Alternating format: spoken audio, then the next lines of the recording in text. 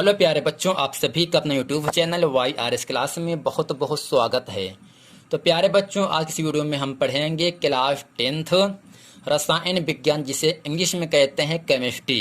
यानी इस रसायन विज्ञान में जो आपका अध्याय नंबर 1 है, लेसन नंबर 1 है रासायनिक अभिक्रियाएं एवं समीकरण। यानी इस अध्याय 1 में जितने भी अतुलघुत्री के महत्वपूर्ण प्रश्न हैं, मैं आज उन सभी प्रश्नों को आपके सामने अच्छे तरीके से बताने वाला हूं।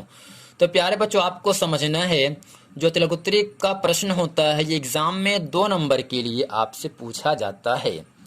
तो प्यारे बच्चों, आप चलते हैं प्रश्न नंबर 1 में। प्रश्न नंबर 1 आपके सामने कह रहा है रासायनिक अभिक्रिया किसे कहते हैं, या रासायनिक अभिक्रिया से आप क्या समझते हैं। तो इसमें लिखेंगे हम वह अभिक्रिया। तो प्यारे बच्चों, अभिक्रिया का मतलब मिलना होता है। क्या होता है? मिलना होगा। यानी वह अभिक्रिया जिसमें पदार्थ की भौतिक अवस्था बदल जाती है। अब ये समझ लेते हैं प्यारे बच्चों, किसे कहते हैं पदार्थ। पदार्थ का 2 नाम है, चाहे पदार्थ कहें चाहे द्रव्य कहें। पदार्थ वह वस्तु है जो स्थान घेरता है, जिसमें द्रव्यमान होता है, जिसका अनुभव प्रत्यक्ष या अप्रत्यक्ष रूप से कर सकते हैं। क्या कहलाएगा? पदार्थ कहलाता है। यानी दैनिक जीवन में आप अपने आंख से जितनी भी चीजें देखते हो सभी क्या है? पदार्थ है। सब चीजें स्थान घेरेंगी और सबका कुछ न कुछ वजन होगा, कुछ न कुछ भार होता है ना। उसे क्या कहते हैं? पदार्थ कहते हैं। जैसे मोबाइल हो गया, कुछ भी किताब हो गया, लालटेन, कोई भी चीज होगा, सबका कुछ न कुछ भार वजन होता है और सब कुछ न कुछ स्थान घेरता है। तो क्या कहलाएगा प्यारे बच्चों? पदार्थ कहलाएगा। यानी वह अभिक्रिया जिसमें पदार्थ की भौतिक अवस्था बदल जाती है परंतु रासायनिक गुण नहीं बदलता, उसे रासायनिक अभिक्रिया कहते हैं। रासायनिक अभिक्रिया में बने हुए पदार्थ को उनके मूल अवस्था में नहीं बदला जा सकता है। यानी प्यारे बच्चों, आपको इतना ही समझना है, वह रासायनिक अभिक्रिया जिसमें पदार्थ की भौतिक अवस्था क्या होती है? बदल जाती है, परंतु जो रासायनिक अवस्था होती है, रासायनिक गुण होता है, वह नहीं बदलता। यदि ऐसा है तो उसे हम क्या कहेंगे? रासायनिक अभिक्रिया कहते हैं।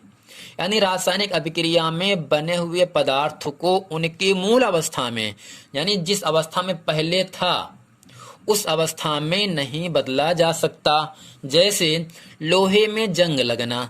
प्यारे बच्चों, जब लोहे में जंग लग जाता है तो उसको क्या हम दोबारा चेंज कर सकते हैं? नहीं। डीजल, आपके पास ट्रैक्टर, कुछ भी वस्तु होगा, वाहन होगा, जब डीजल डालते हैं तो चलता है, जब डीजल खत्म हो जाता है तो चलता है नहीं, रुक जाता है ना। यानी डीजल को एक बार उपयोग करने के बाद दोबारा प्रयोग नहीं कर सकते हैं। पेट्रोल का जलना, 2 चक्का वाहन आपके पास है ना, वाहन 2 चक्का, अगर 2 चक्का पहिया गाड़ी है तो उसमें जो पेट्रोल होगा, जब गाड़ी को चलाएं पेट्रोल खत्म हो जाता है तो गाड़ी रुक जाती है। यानी पेट्रोल को हम एक बार प्रयोग करने के बाद दोबारा प्रयोग नहीं कर सकते हैं यदि दोबारा प्रयोग करने के लिए आपको पैसे की आवश्यकता होगी, है ना। यानी लोहे में जंग लगना, डीजल, पेट्रोल का जलना, दूध का दही बनना। तो प्यारे बच्चों, दूध से दही बनता है, लेकिन उस दही से दूध नहीं बन पाता। यानी दूध से दही बन जाएगा, लेकिन दही से दूध नहीं बनता है। यानी वह रासायनिक अभिक्रिया जिसमें उसका भौतिक अवस्था बदल जाती है, परंतु जो रासायनिक गुण होता है वह नहीं बदलता, उसे क्या कहते हैं? रासायनिक अभिक्रिया कहते हैं।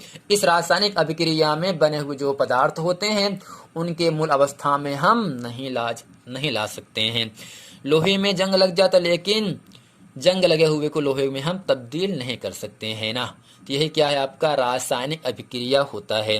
तो प्रश्न नंबर 2 आपके सामने है, रासायनिक समीकरण किसे कहते हैं? समीकरण भी दीजिए। इसमें लिखेंगे रासायनिक अभिक्रिया को उनके प्रतीकों और अणुसूत्र के माध्यम से, रासायनिक अभिक्रिया को उनके प्रतीकों और अणुसूत्र के माध्यम से प्रकट करने पर, लिखने पर, प्रदर्शित करने पर जो समीकरण प्राप्त होता है उसे रासायनिक समीकरण कहते हैं। यानी प्यारे बच्चों, जैसे मैग्नीशियम प्लस ऑक्सीजन दोनों क्या है? तत्व हैं। जब दोनों क्रिया करते हैं तो क्या बन जाता है? Magnesium oxide. यह आपका क्या हो गया? आपका केवल हिंदी रूप है।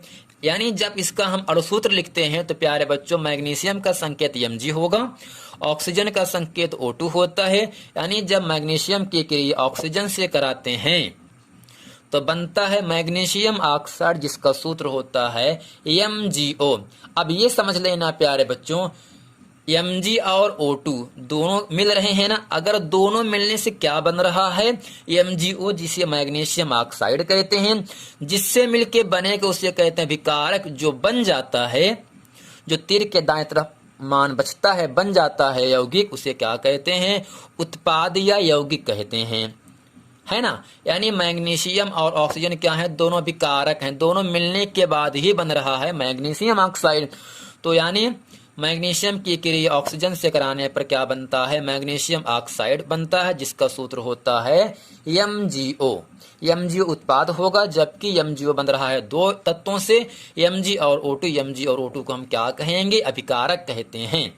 तो प्यारे बच्चों, उम्मीद करते हैं प्रश्न नंबर 2 आप समझ गए। प्रश्न नंबर 3 आपके सामने कह रहा है, वायु में जलाने से पहले मैग्नीशियम रिबन को साफ क्यों किया जाता है।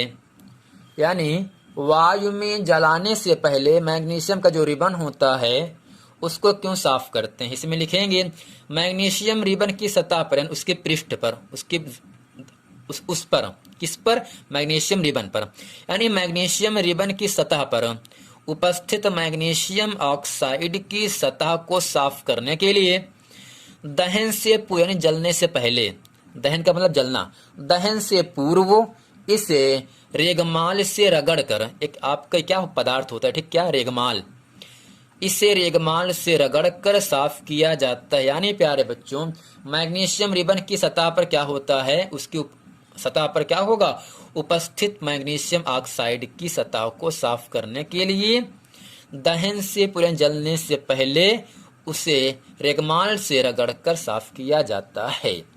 प्रश्न नंबर 4 आपके सामने कह रहा है, लोहे की वस्तुओं को हम पेंट क्यों करते हैं। अक्सर आप देखते होंगे, आप अपने घरों में देखते होंगे, जो लोहे की वस्तुएं होती हैं, खिड़की हो गया और ग्रिल हो गया, उन सबको क्या करते हैं, पेंट करते हैं। तो पेंट क्यों किया जाता है, तो इसमें लिखेंगे लोहे की वस्तुओं पर पेंट करने से उनकी अभिक्रिया वायु में उपस्थित नमी व ऑक्सीजन से नहीं हो पाती तथा यह जंग लगने से बच जाती है।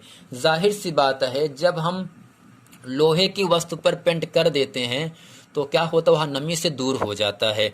तो नमी से दूर होने का मतलब ये होगा उस पर जंग नहीं लग पाता। जब किसी लोहे में जंग नहीं लग पाएगा तो वह लोहा अधिक दिनों तक, अधिक टिकाऊ दिनों तक चलता रहता है। लोहे की वस्तुओं पर पेंट करने से उनकी अभिक्रिया वायु में उपस्थित नमी यानी ऑक्सीजन से नहीं हो पाती, जिसे क्या होगा, तथा यह जंग लगने से बच जाता है लोहा। प्रश्न नंबर 5 आपके सामने कह रहा है, संतुलित रासायनिक समीकरण किसे कहते हैं।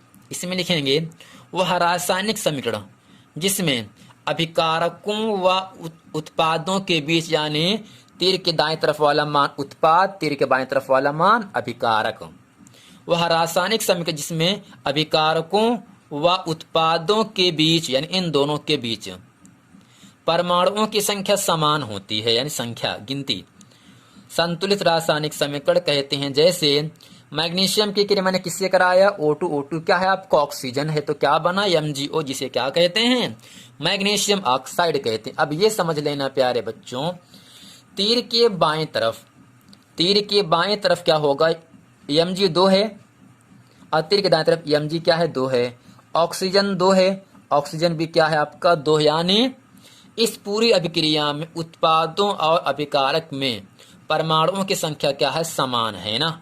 अगर परमाणुओं की संख्या समान है तो इसे हम क्या कहते हैं, संतुलित रासायनिक समीकरण कहते हैं।